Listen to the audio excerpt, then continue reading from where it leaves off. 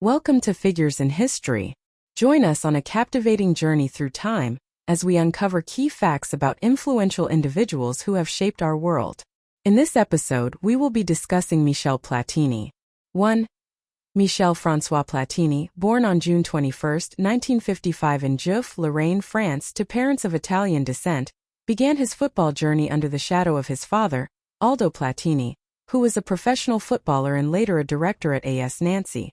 Michel's early career was fraught with challenges, including a failed trial with Metz due to injury and a serious health scare that saw him faint during a breathing test, leading to a misdiagnosis of a weak heart. Despite these setbacks, Platini's undeniable talent shone through, and he joined Nancy's reserve team in 1972, marking the start of an illustrious career that would see him become one of football's greatest playmakers. 2. Platini's rise to prominence was meteoric. At Nancy, he quickly established himself as a prodigious talent, particularly with his free-kick prowess. His first professional contract with Nancy in 1976 followed his participation in the Montreal Olympics, and he led the team to Coupe de France glory in 1978, scoring the winning goal in the final.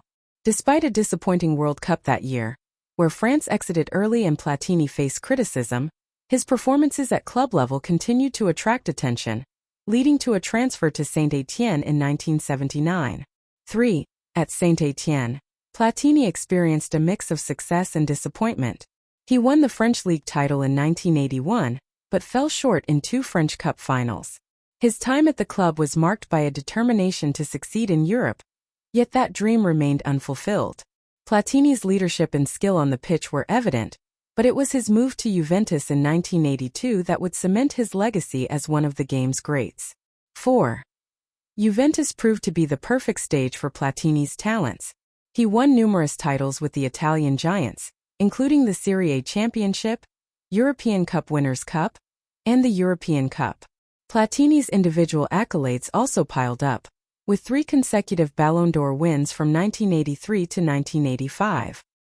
His time in Italy was not without controversy, however, as the Heysel Stadium disaster in 1985 cast a shadow over his European Cup triumph. 5. Internationally, Platini was a cornerstone of the French national team, forming part of the Quart Magique midfield and leading France to victory in the 1984 European Championship, where he was the top scorer and best player. His international career was marked by both sublime skill and heartbreak, with near misses in the 1982 and 1986 World Cup semi-finals. Platini retired as France's record goalscorer, a title he held until 2007. 6. After hanging up his boots, Platini transitioned into coaching, taking the helm of the French national team in 1988. Although he led France to an impressive 19-match unbeaten streak and was named Manager of the Year by World Soccer Awards, his tenure ended after a disappointing Euro 1992 campaign. Platini's influence on the game, however, was far from over. 7. Platini's administrative career began with roles in UEFA and FIFA, culminating in his election as UEFA president in 2007. His presidency was marked by efforts to promote parity in European football, including support for the 6+5 rule and financial regulations for clubs. Platini's tenure was also notable for his stance against the transfer of players under 18, which he likened to child trafficking. 8. Despite his administrative successes, Platini's career was marred by a corruption scandal that led to a ban from football-related activities until 2023. Accused of receiving a disloyal payment from then FIFA president Sepp Blatter, Platini faced investigations and was ultimately found guilty of ethics violations. His attempts to appeal the decision were unsuccessful, and the scandal tarnished his legacy in football governance. 9. Platini's impact on football extended beyond his playing and administrative roles. Known for his exceptional passing, free-kick ability, and football intelligence, he influenced generations of players. His style of play, characterized by creativity and scoring prowess, earned him the nickname Le Roi, the King.